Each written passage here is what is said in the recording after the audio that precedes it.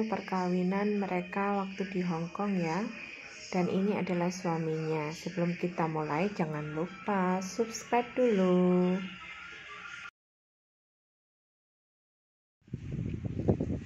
Halo teman-teman, hari ini kita ada bincang-bincang ringan dengan temanku. Hari ini namanya siapa? Perkenalkan dulu. Indul, darahnya Tista apa enggak? Darah muda. Oh, darah muda. Perbincangan kali ini tentang, karena ini temanku ini menikah dengan warga negara asing atau bule kerennya.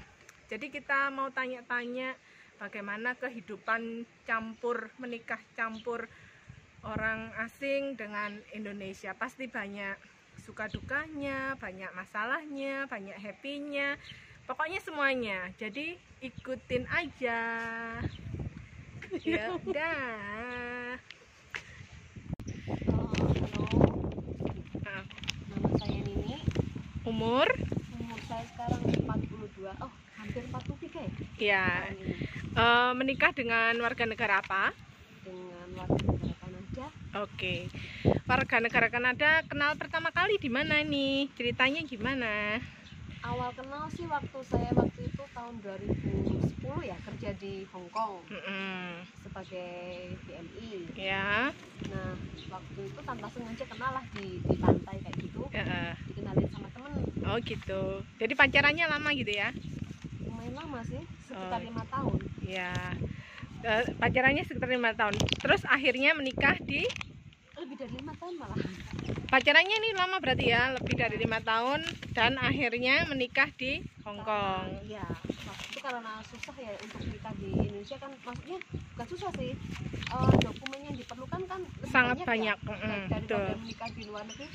Waktu itu kan tahun 2015 kita pulang ke Mm-mm. Indonesia, niatnya tuh mau nikah di sini, tapi karena dokumennya terlalu banyak yang harus dilengkapin, Ya. akhirnya tahun 2017 kita putuskan nikah di Hong Kong.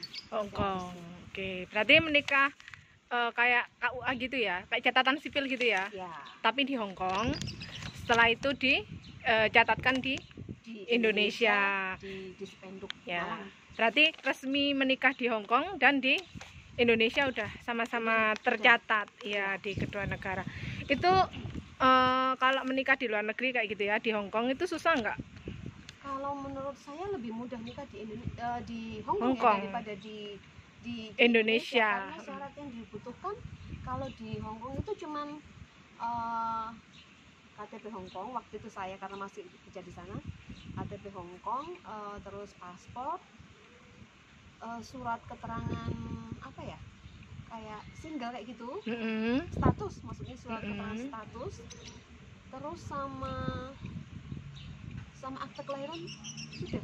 Udah itu aja ya, nggak perlu dilegalis kayak terjemahkan atau gimana, nggak ya, pokoknya Inggris.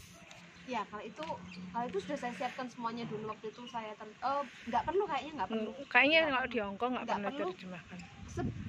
Kalau pingin menikah itu kayaknya lebih mudah menikah dulu, baru di apa itu namanya, di register di KJRI. Nah, baru di situ mereka minta terjemahan. Kalau untuk sebelumnya nggak usah. Jadi lebih gampang, jangan laporan dulu ke KJRI. Ya, menikah dulu ya, menikah dulu baru dilaporkan. Oke. Kan banyak nih orang yang melihat di luar sana, waduh enak ya jadi istrinya bule itu gini-gini. Sebenarnya apa suka dukanya gitu jadi istri bule? Karena pasti itu nggak enaknya aja, pasti ada nggak enaknya juga. Dukanya dulu ya? Ya, dukanya dulu. Kalau dukanya itu banyak sih sebenarnya. Contoh ya, dokumen.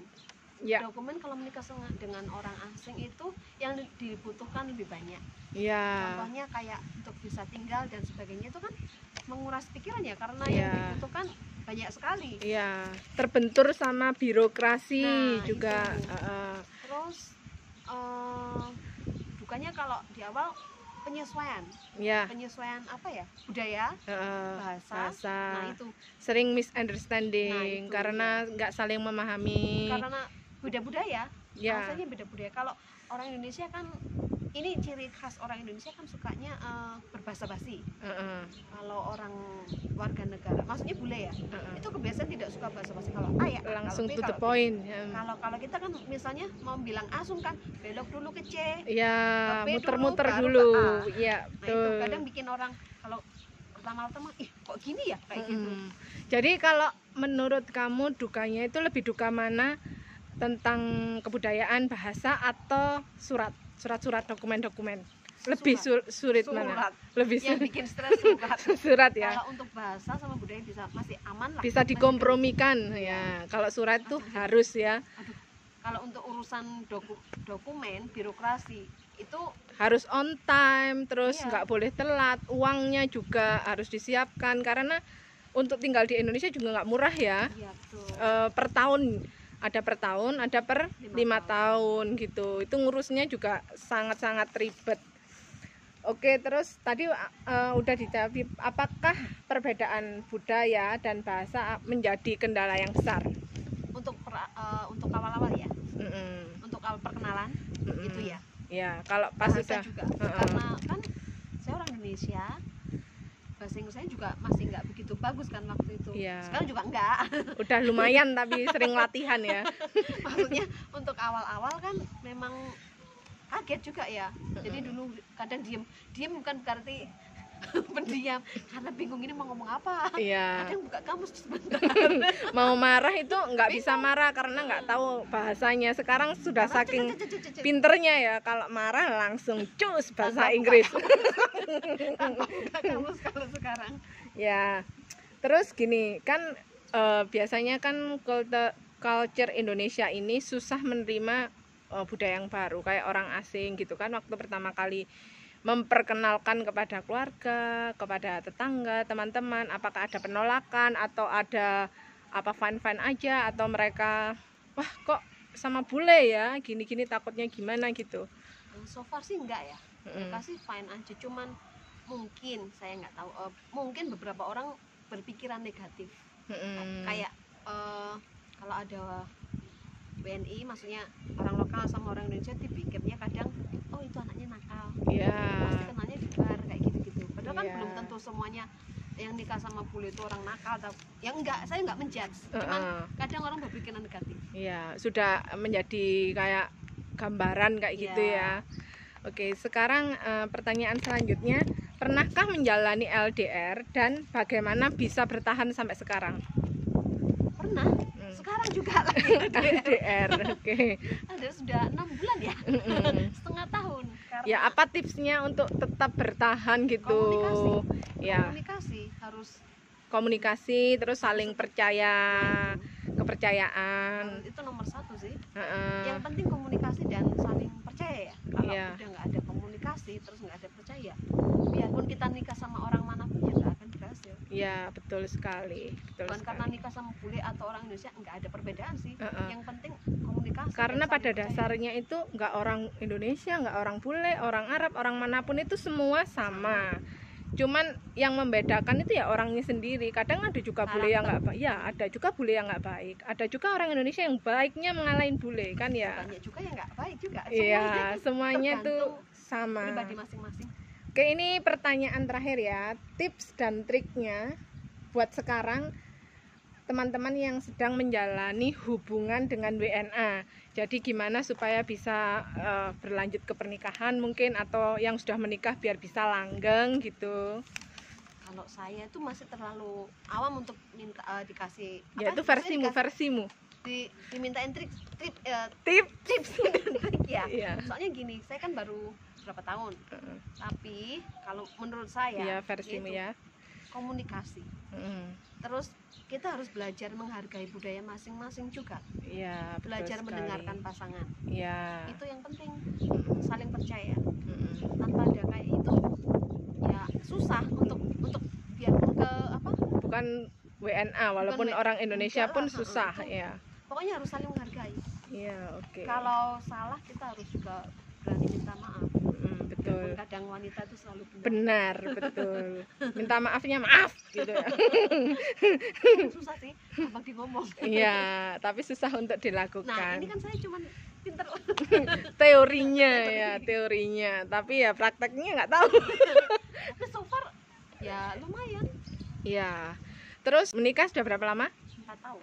Ya, selama 4 tahun menikah itu masalah terberat apa yang paling berat menurutmu?